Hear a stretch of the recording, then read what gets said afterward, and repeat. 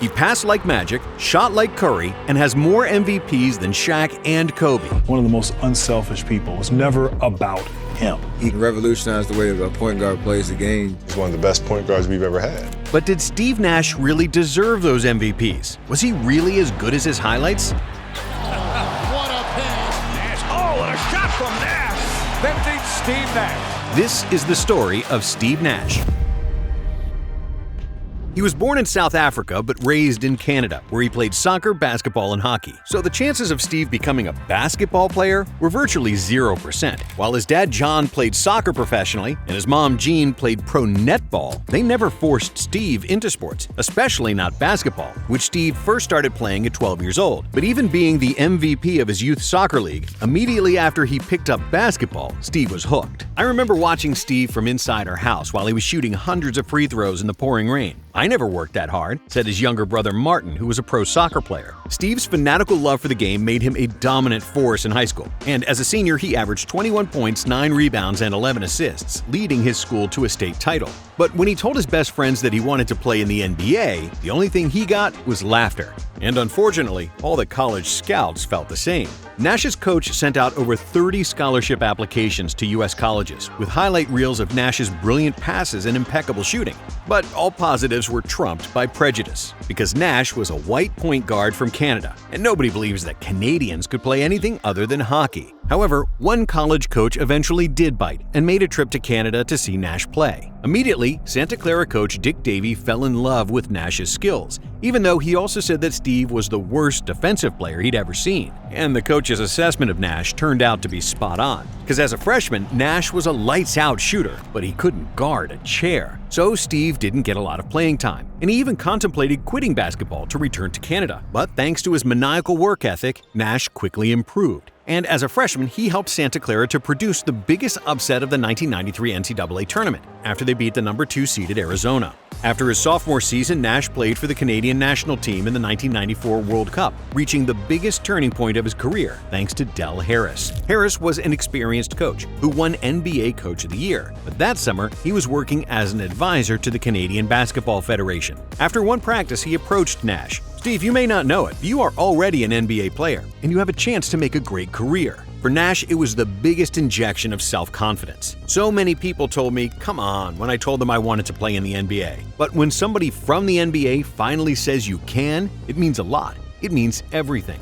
In his junior year, Nash averaged 21 points and 6 assists on 45% shooting from 3 and was named Conference Player of the Year. He wanted to enter the '95 NBA draft, but in everybody's eyes, Nash was still a scrawny white Canadian point guard, and his NBA future was still not certain. And it wasn't until his senior year, when Nash dominated against Georgia Tech and their star point guard Stephon Marbury, that the whole world finally saw his NBA potential. The Suns liked Nash and viewed him as a great backup for Kevin Johnson. So, in the '96 draft, which would prove to be the greatest draft class of all time, Steve Nash was drafted with the 15th overall pick. I'm hoping that I'm going to start a steady stream of players from Canada into the NBA. But not everybody was happy with the Suns' draft choice. Phoenix fans booed Nash, feeling the management wasted a pick on a physically inferior point guard from a weak college. And at first, their predictions seemed to be right. In Steve's rookie year, he averaged just 3 points in garbage time minutes. Then, when the Suns traded for Jason Kidd, it looked like Nash's days in Phoenix were numbered. But then, Danny Ainge took over, and he wanted to pair Kidd with a great shooter. I don't play because I'm not good enough.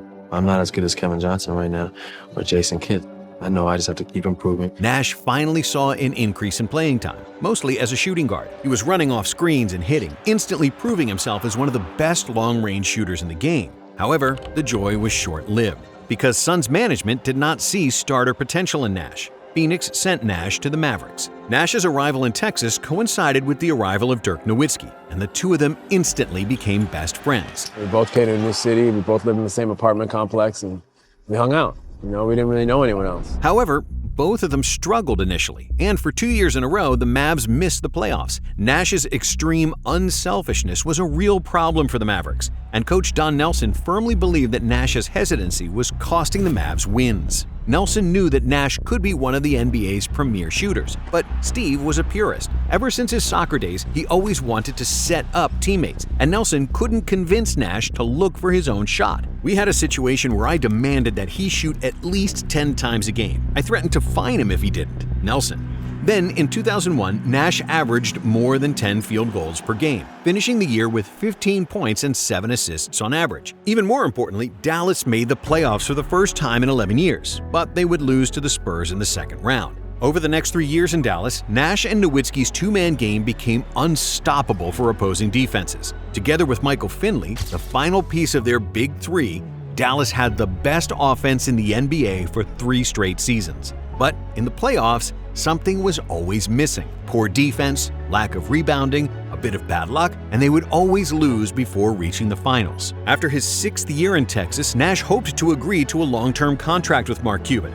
But that didn't happen because Cuban didn't want to pay big money to a 30-year-old point guard with a bad back. So Nash returned to Phoenix, where he would team up with the coach who gave him all the freedom to showcase his genius. Mike D'Antoni was an offensive mastermind, and he was the first NBA coach to implement a spread pick-and-roll offense. This involved playing with 4 great three-point shooters on the floor, which is normal now, but revolutionary 20 years ago. The Suns played the most beautiful basketball in the NBA, with constant movement, dribble handoffs, and lots of shooting. Because they pushed the pace and shot the ball with a lot of time left on the shot clock, they got nicknamed 7 seconds or less Suns. We played a style that was thought to be revolutionary at the time, but really we should have doubled down. And Mike said this before, we should have played faster, we should have played smaller, we should have shot way more threes.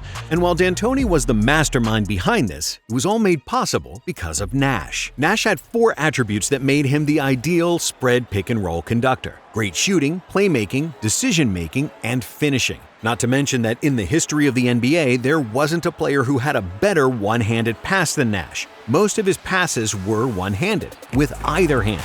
And what made these passes special is the fact that he threw them directly from the hip, without changing the position of his body and the height of the dribble, so the defense didn't have a fraction of a second to react. But that wasn't the only thing that made Nash special. Thanks to his dexterity and footwork that were groomed by years of soccer and jump roping, it was also impossible to knock Nash off balance. There was a legendary story that Nash was able to keep balance while standing on a Pilates ball and simultaneously jump rope like prime Muhammad Ali. Steve would excel in any sport that requires hand-eye coordination. Apart from that, I don't think I've seen a basketball player with better balance in my life. D'Antoni. Because of all these attributes and great court vision, Nash became a master of dribble penetration, something he did better than any other point guard in NBA history. Nash was a pioneer of dribble probing, where he would keep his dribble alive in the paint and not immediately take the shot like other point guards. Nash would often maintain his dribble in the paint to extend the period in which he commanded the opponent's attention,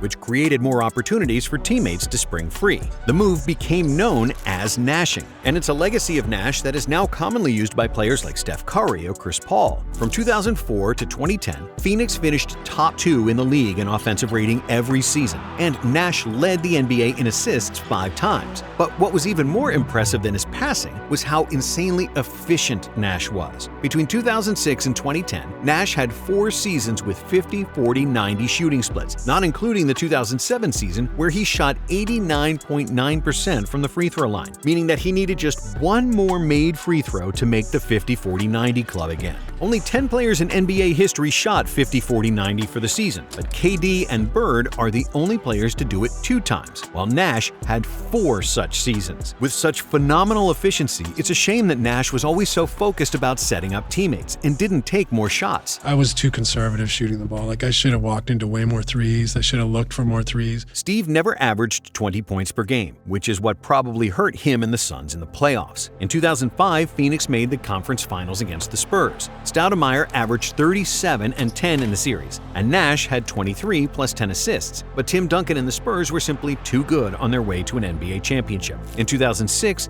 the Suns lost Stoudemire because of a knee injury, and nobody expected them to go far. But Nash led them past Kobe and the Lakers, and then the Clippers to reach another conference finals, but they would only lose again. this time to Nash's best friend Dirk. In 2007, Amari returned to All-Star form, and this was the Suns' best chance to win it all. After they defeated Kobe again, they met their biggest nemesis, the Spurs, in an extremely tough series filled with cheap fouls, elbows to the face, and controversy. Late in Game 4, Spurs' Robert Horry knocked Nash into the scorer's table at midcourt and was charged with a flagrant foul and ejected. The Suns won 104-98, tying the series at 2-2. Nash played phenomenally and finished the game with 24 points and 15 assists. The day after the game, the NBA announced that Horry would be suspended for 2 games for the flagrant foul against Nash. But what they also said shocked the Suns and the entire world. Because they left the bench after Horry's foul on Nash, Amari Stoudemire and Boris Diaw were also suspended 1 game each. So, for the lesser offense, the Suns lost 2 players and the Spurs lost 1.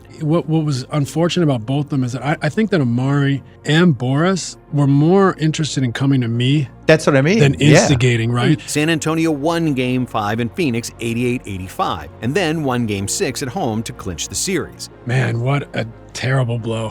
Rewatching it. The following year, Phoenix acquired an aging Shaquille O'Neal as a last-ditch effort to battle with Duncan. But all this countermeasure did was a gentleman's sweep in the first round versus the Spurs. In 2010, the Suns made another conference finals, but by then they were too old and Nash retired without ever even making the finals, let alone a championship. I should have made Steve shoot more, D'Antoni said years later. I told Steve Nash, and you should have shot more threes. I should have made you shoot more threes. D'Antoni was absolutely right, and Nash's career could have been even better if he played in the modern NBA with a ton of three-point shooting. Nash is the second greatest free throw shooter ever at 90.4%, behind only Steph Curry at 90.8%. Behind the arc, Nash shot 42.8%, which is the 11th best mark ever, ahead of Steph, who was number 12. And at 49% from the field, Steve is one of the rare point guards to ever shoot close to 50%, and he's come closest to shooting 50-40-90 for his entire career. Shaq could have won the MVP in 2005,